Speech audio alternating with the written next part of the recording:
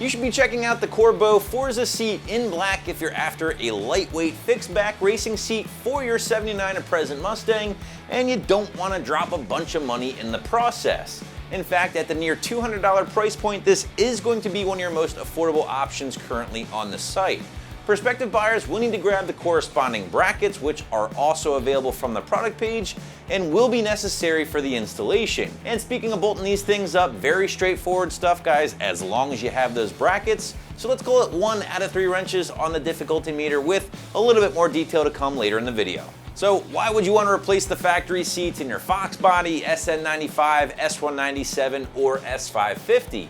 Well, I can think of a couple of reasons, the biggest of which being looks, weight savings, and safety, but in no particular order. But what do you say we start with the most obvious here, guys, and that will be the visual improvement that these seats will deliver over a set of worn out or ripped stock factory seats. Now, obviously, guys, this is going to be a little bit more problematic on those older cars, of course, SN95s, Fox bodies, things like that, compared to the newer generations.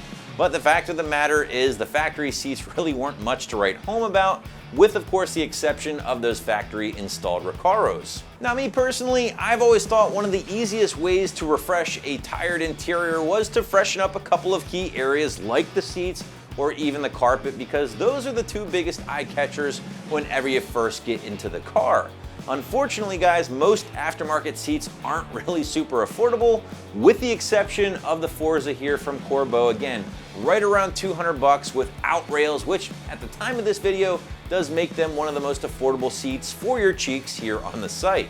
But let's break down these seats from an appearance standpoint, and at first glance, it's pretty easy to see the improvement over your factory stuff, right? All black construction here at the Forza, featuring a combination of black cloth along with this leatherette material, as Corbeau calls it, just to protect some of the high wear areas. And overall, guys, I can say you're getting a very race car type of look or vibe from these seats, which I'm sure most owners can get down with. But let's quickly address the elephant in the room here, guys, and that of course is the fact that these are fixed back seats, meaning what you see is what you get as far as driving position is concerned. And for those who are wondering, you're looking at a 72-degree angle from the guys over at Corbeau. Now, depending on the brackets you go with, you can certainly grab some sliders here on the site, which will allow you to adjust the forward to back location of the seat itself. But as far as actually leaning these things back, well, guys, that simply just isn't going to happen. And that is one of the big reasons why these seats, or fixed back seats in general, typically are so affordable when compared to a reclining seat, which is most certainly going to cost you a little bit more. But with all that said, guys, if you cruise the customer review section, which you should of course, you'll notice a lot of people have pointed out just how comfortable these things are given their fixed back design. But I do think you also have to consider your size here too, guys. Corbeau states that these are a standard size seat, meaning they're good up to a 36-inch waist. Now, I actually sat in this thing. I hover between a 32 to 34-inch waist, depending on who's asking and my beer and food habits for that week, and I fit really good. It's a comfortable seat. I don't know if I'd take this thing on a cross-country trip per se, but I could certainly use it in my daily driver or race car on short trips. Another big thing to consider with these seats is that they will sit a good bit lower than your factory seats. In fact, up to 2-inch lower to be exact, depending on your rails, which could be a good thing or it could be a bad thing depending on your current height. Now, for all the tall dudes out there who may be looking for some added clearance for a helmet, you're certainly going to be happy with the way these things sit. On the other hand, if you're vertically challenged per se and don't need the extra clearance, you might be a little bit disappointed with the new lower driving position. But aside from the looks, you are getting, of course, some added safety and support here from the Corbeau. Now, the support, it's pretty obvious, right? You're getting a bunch of it from the added side bolstering, which is certainly going to help keep you locked in place at all times, no matter what kind of driving you are doing. As far as safety is concerned, well, Corbeau is going to add provisions for harness options here, whether it be a 3, a 4, or a 5-point harness of your choosing. I do, however, want to point out, though, that if you don't feel like using a harness with this seat for whatever reason, you can still totally use your factory seat belts without issue. And then finally, there's another big benefit when making the switch to the Corbeau, and that, of course, is the weight savings. The steel frame Forza here is going to weigh in right around 26 pounds. Now compare that to your factory seat, which can vary greatly, but anywhere from 30, 40, or even 50 pounds depending on your model, your material, whether you have leather, maybe they're power seats, got a lot of electronics built in. So the point I'm trying to make is when making the switch to a seat like that, expect to shed some weight, and that's never a bad thing. Let's shift gears and talk about the installation briefly. And as I mentioned earlier, guys, a seat swap is going to be extremely painless for the most part. And that's why I did go with a 1 out of 3 wrenches on the overall scale of difficulty, maybe 30 minutes or more depending on your expertise and your setup. To install your Corbeau racing seat, at least for an S550, you will need the following tools: a 3/8 drive ratchet, a 10mm socket, a 6mm Allen key, a T50 Torx bit socket, and optional but certainly useful, a 6mm extended ball end hex key socket, and an air wrench. All right guys, like my buddy Justin said, it's a pretty straightforward install. We're gonna be taking a lot of weight and a lot of junk out from our cab, and we're gonna be installing that Corbeau seat. Before we get started removing our factory seat, I'm gonna show you how to set up that Corbeau seat bracket to the actual seat itself. All right, so here is our Corbeau seat bracket made specifically for the S550. Here's the bottom of your new Corbeau seat. It's real easy to set this up. All you gotta do is remove these 4 Allen head bolts from the seat itself, and you're gonna use those bolts to attach the new bracket to the seat.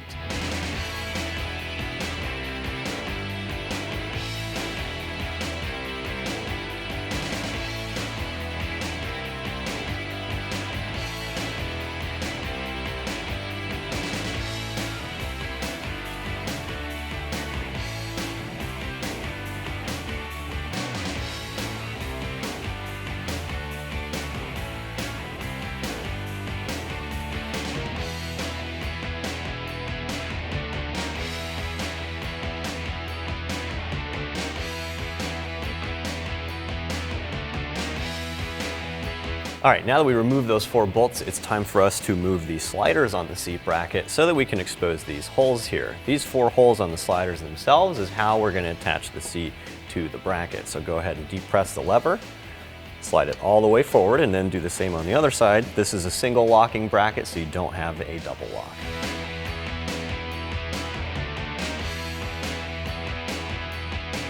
All right, with these pushed forward, go ahead and line up those holes here. And then grab the bolts that you just took off the seat and thread them through the bracket into the seat itself.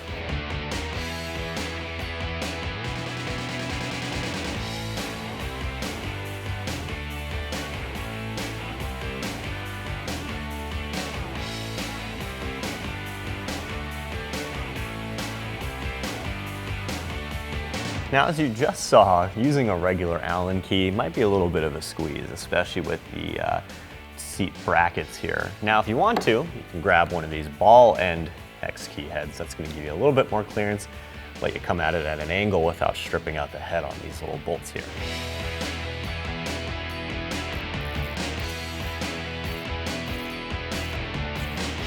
All right, now you got those 2 bottom bolts secured. You're going to go ahead and slide the seat bracket down and expose the 2 top bolts.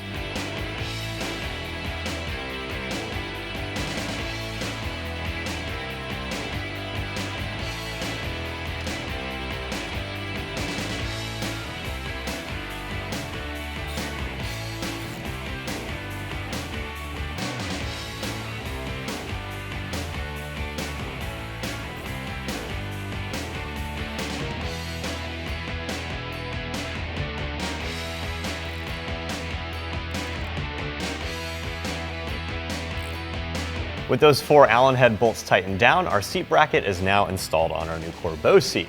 We're going to go ahead, hop in our cab, uninstall our factory seat now. All right, so the first step of removing your seat is sliding it all the way back to expose the 2 plastic covers down here. Underneath these 2 plastic covers are T50 Torx head bolts. You're going to need to remove those. But first, we got to pull those plastic covers off.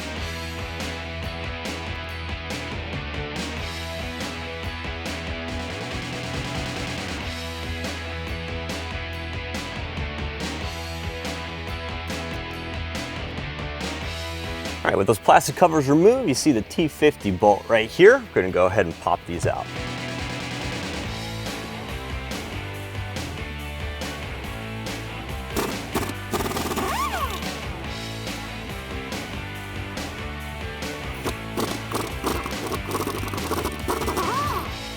All right, with those two T50 bolts removed, you're going to want to hold on to them. We're actually going to be reusing these when we install our Corbeau seat and bracket. We're going to go ahead and move the seat all the way forward, and we're going to expose the two plastic covers behind the seat and do the same thing.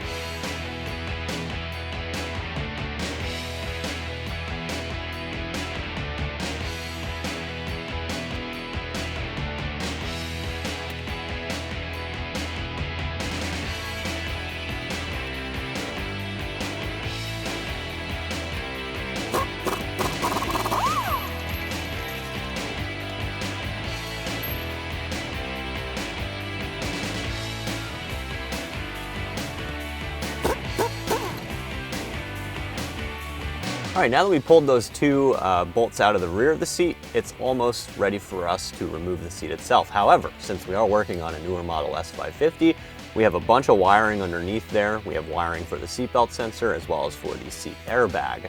Now, when you pull the seat out, you're not going to be able to use your original seatbelt clip, so you will get that seatbelt chime with your new Corbeau seat. However, you may not know this, but you can actually disable the seatbelt chime on an S550. There are instructions in the owner's manual on how to do this. Basically, you're going to be turning over the vehicle without starting the engine. You're going to have to plug in and unplug your seatbelt a couple of times and it will turn the chime off. Again, go ahead and reference your owner's manual and it'll show you exactly how to do that. We've already disabled ours on our vehicle, so we're going to go ahead and get underneath here, disconnect those wires, but before we do that, we're going to play it safe, disconnect our negative battery terminal, again, because we do have an airbag in here. All right, to disconnect your negative battery terminal, you're just going to need a 10mm socket.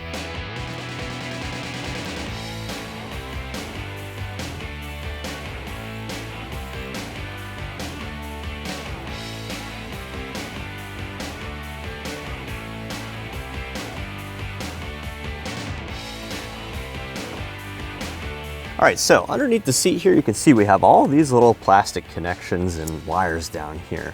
We're gonna make sure that we unplug these so that our seat is not secured to the vehicle through these connections.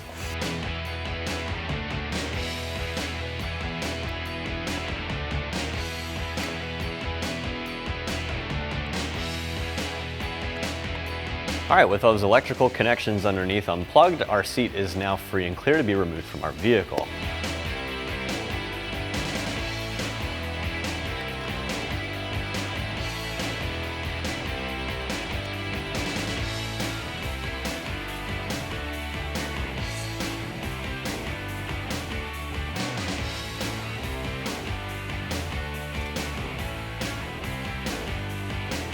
Now, before we throw in the new Corbeau seat, I wanted to point out that you can still use a factory seatbelt with this seat.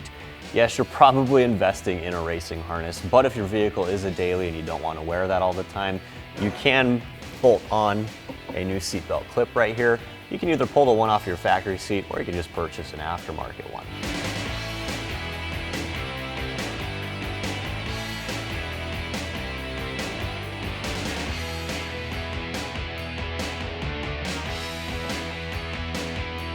All right, with our new seat in place and lined up with the holes on the body, we're going to go ahead and install our original T50 bolts.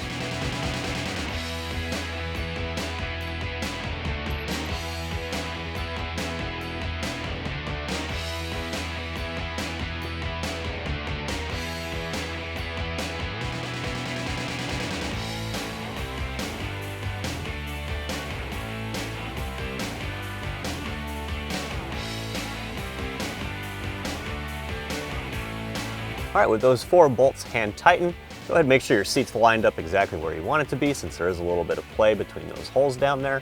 Once everything's lined up, you go ahead and drive everything home with your T50 Torx bit.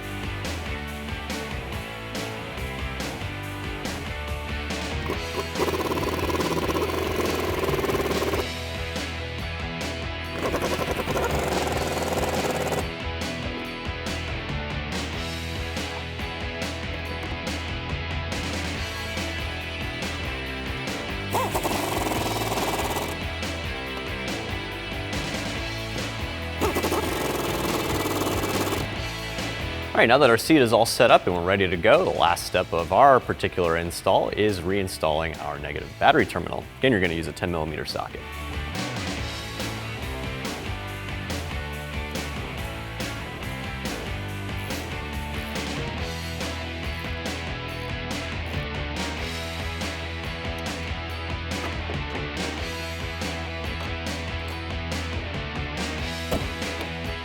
All right guys, so with our negative battery terminal reconnected, that actually wraps up my review and install of the Corbeau racing seat fitting your 79 through 18 Mustang.